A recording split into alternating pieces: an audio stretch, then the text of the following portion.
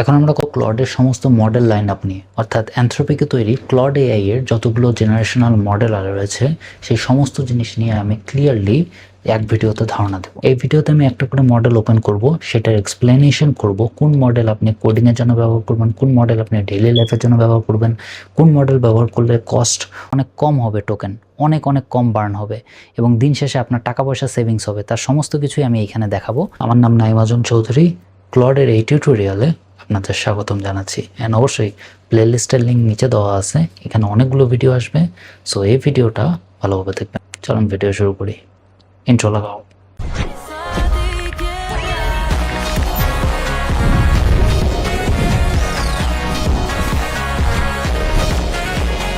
না, আমরা একটা কুইক ওভারভিউ দিয়ে নেই যে ক্লডের যে মডেলগুলো রয়েছে এগুলো আসলে আপনি সিঁড়ির মতো করে চিন্তা করতে পারেন। যেমন হাইকু 4.5 এটা অনেক দ্রুত, সবচেয়ে সস্তা। সনেট যেটা 4.5 এটা স্পিড এবং ইন্টেলিজেন্সের ব্যালেন্স খুবই সেরা, এটা একেবারে ডেইলি ড্রাইভার হিসেবে আপনি ইউজ করতে পারবেন, সনেট 5 আর কি। অ্যান্ড ওপাস 4.5 এটা ডিপ রিজনিং এবং কমপ্লেক্স এজেন্টিক ওয়ার্কের জন্য অনেক ব্যবহার করা হয়। আপনি যদি ফেবল 5 এর কথা বলেন, এটা অ্যানথ্রোপিকের সবচেয়ে ক্যাপেবল এবং অ্যাভেলেবেল মডেলগুলোর মধ্যে একটা, এবং এটা বলতে পারেন যে ওই যে মাইথোস যে আসছিল না, ওইটার একটা রিপ্লেস। এখন মাইথোসের যে ব্যাপারটা, এটা এখন রেস্ট্রিক্টেড, এটা ইনভাইটেশন অনলি, বা এটা নিয়ে অনেক মিথ আছে। So mythos myth. প্রথমে আমরা সনেট 5 নিয়ে আলোচনা করবো, যেটা আসলে ডেইলি ড্রাইভার, স্পিড এবং ইন্টেলিজেন্সের জন্য বেস্ট। সনেট 5 দিয়ে শুরু করি, কারণ বেশিরভাগ মানুষের ডিফল্ট চয়েস হিসেবে এটাই হওয়া উচিত। এবং এটা কন্টেক্সট উইন্ডো মোটামুটি 1 মিলিয়ন টোকেনের কাছাকাছি এবং আউটপুট 1,28,000 টোকেন সামথিং। ওকে, সো লাইক পারফরমেন্স আপনি ওপাস 4.8 এর কাছাকাছি পাবেন, কিন্তু দামে অনেক সস্তা। এপিআই টোকেনের দামও প্রায় প্রতি মিলিয়নে $3 এবং $15 ইনপুট আউটপুটের মধ্যে খরচ হয়। সো আপনি যদি বলেন যে 31 আগস্ট 2026 পর্যন্ত আসলে এই যে ডিরেক্টরি প্রাইস, এটা মূলত $2 থেকে $10 মধ্যে পাওয়া যাচ্ছে। সো এটা মোটামুটি কোন কাজের জন্য পারফেক্ট আপনি যদি আমাকে জিজ্ঞেস করেন, তাহলে আমি বলবো যে daily coding, research paper summarise করা, রিপোর্ট লেখা, এজেন্টিক অ্যানালাইসিস করা, এজেন্টিক কোনো টুল ব্যবহার করা, মানে আমরা ডেইলি যে সাইবার সিকিউরিটি রিলেটেড রিসার্চ করি বা অ্যানালাইসিস করি, ওগুলোর জন্য মোটামুটি এই কাজটা বেস্ট, মানে এই মডেলটা বেস্ট। তো প্রথম দিকে আমরা সনেটের হচ্ছে একটা প্র্যাকটিক্যাল দেখবো। সো আমি এখানে কি করলাম, সনেটের জাস্ট একটা সিম্পল টাস্ক দিলাম, অ্যান্ড আমি এখানে মিডিয়াম দিলাম। আপনি চাইলে এখানে এফোর্ডের পরিমাণটা লো রাখতে পারেন, আমি এটা শিখাইছি। অ্যান্ড থিঙ্কিং আমি জাস্ট অফ করে দিলাম, প্রয়োজন নেই, আমি একবারে লো রাখলাম, কারণ এই টাইপের কাজগুলো আমরা সনেটকে দিয়ে করতে পারি। এখন ও আমাকে পাইথনে একটা ফাংশন লিখতে বলছে, খুব সিম্পলি কিন্তু লিখে দিলাম আমাকে, তাই না? অ্যান্ড এটা কীভাবে কাজ করবে এটা বলছে। অ্যান্ড আমরা যদি চাই, তো আমরা চাইলে এই জিনিসটা কিন্তু আবার ক্লড কোড দিয়ে ওখানেও ডেস্কটপে ইনস্টল করে ওটা দিয়েও কিন্তু আমরা রিড করতে পারি, তো প্রয়োজন নেই। সো এখানে দেখতে পাচ্ছেন যে সে কীভাবে সুন্দর করে এক্সপ্লেনেশন করে দিয়েছে। আর একটা কাজ করতে পারি, সেটা হচ্ছে যে ডেইলি টাস্কে সে আমাকে যতগুলো সিম্পল কাজ রয়েছে বা সিম্পল এক্সপ্লেনেশনগুলো রয়েছে, সেগুলো আমাদেরকে সে কীভাবে করে বোঝাচ্ছে। এখন আমি যদি এখানে তাকে এক্সপ্লেন করতে বলে যে ভিপিএন আর বুকস সার্ভারের মধ্যে পার্থক্য কি, সে সুন্দর করে আমাকে এক্সপ্লেনেশন করেছে। তো এই যে আমাদের ক্লডকে, যে এই সনেট মডেলটাকে, সনেট 5 মডেলটাকে যে ডেইলি ড্রাইভার বলা হয়, কেন বলা হয় নিশ্চয়ই আপনারা বুঝতে পারছেন, ডেইলি লাইফে ইউজ করার জন্য ইটস পারফেক্ট। নেক্সট আমরা কথা বলবো ক্লডের ওপাস 4.8 নিয়ে, যেটা মূলত কমপ্লেক্স এজেন্টিক ওয়ার্কের জন্য ফেমাস। তো এটা বানানোই হয়েছে মূলত এজেন্টিক কোডিং এবং এন্টারপ্রাইজ লেভেলে কাজ করার জন্য, ঠিক আছে?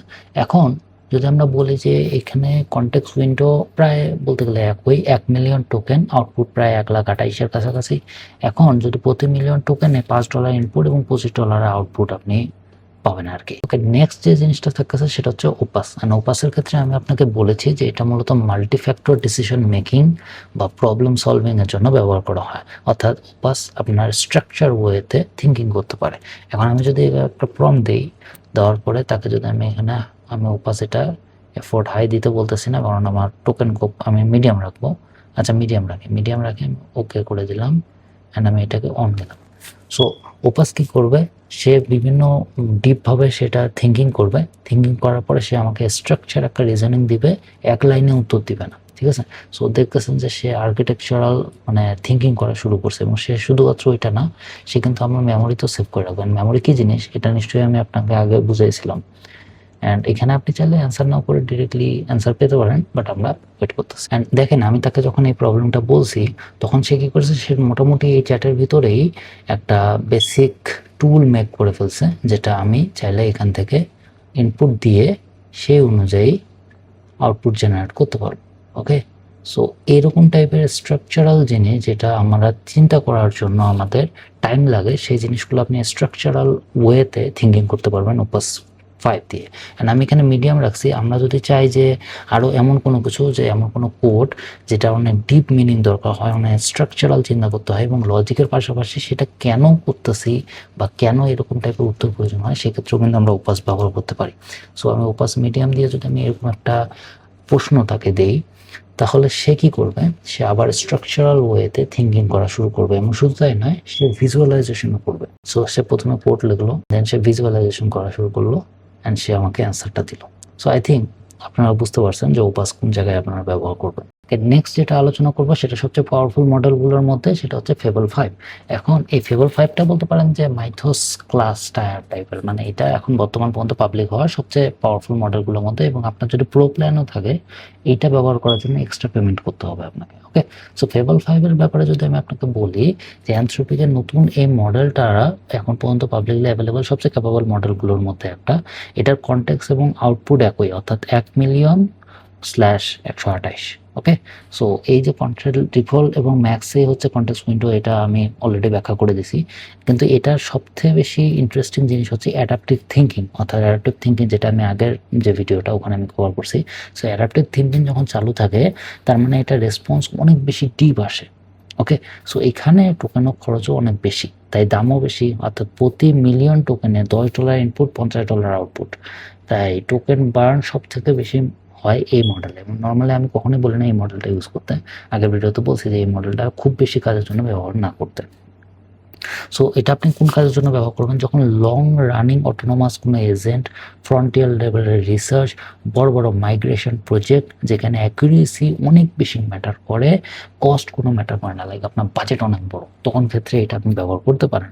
এছাড়া আর একটা গুরুত্বপূর্ণ পয়েন্ট হচ্ছে যে ফেবল 5-এর সেফটি ক্লাসিফায়ার আছে, তবে হাই রিস্ক সাইবার সিকিউরিটি বা বায়োলজি রিলেটেড রিকোয়েস্ট যে রয়েছে সেটা সে রিফিউজ করে দিতে পারে। অর্থাৎ আপনি সাইবার সিকিউরিটি রিলেটেড কোনো অপারেশনের ডিটেলস তাকে দিয়ে বলতেছেন করে দিতে, তার ইথিক্সের কারণে সে কিন্তু আপনাকে সেটা করে দিবে না।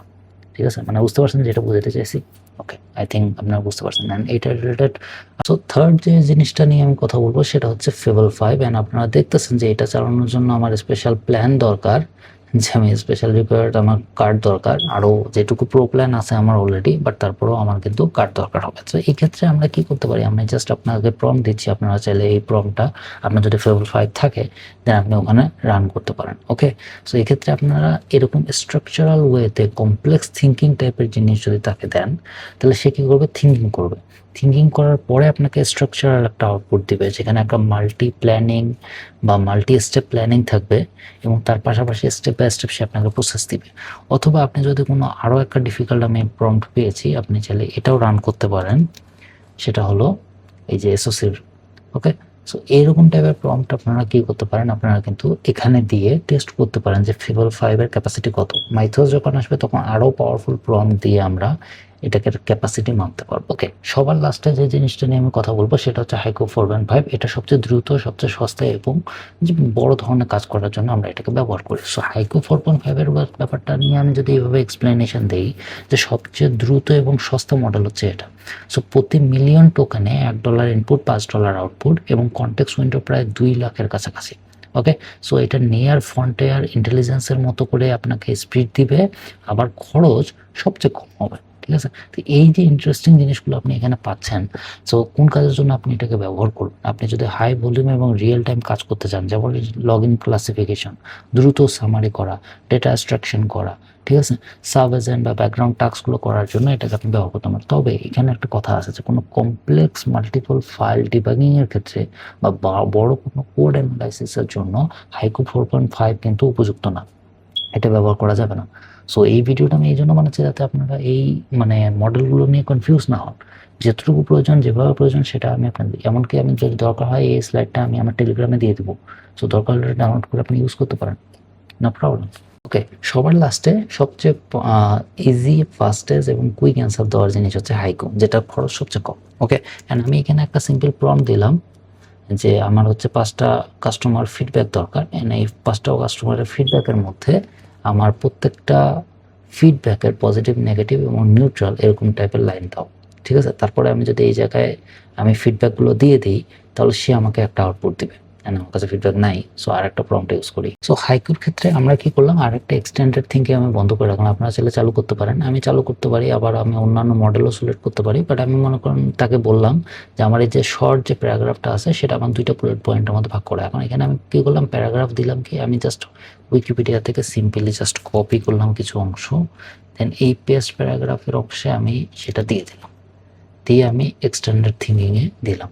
সে কি করবে, এটাকে ক্রিস্টালাইজেশন করবে, সেটার উপরে আইডিয়া জেনারেট করবে এবং শুধুমাত্র 2 বুলেট পয়েন্টে সে আমাকে বুঝাই দিবে যে আমি ওই যে যে জিনিসটা আমি উইকিপিডিয়া থেকে কপি করে দিয়েছি সেটা সামারাইজেশন কি।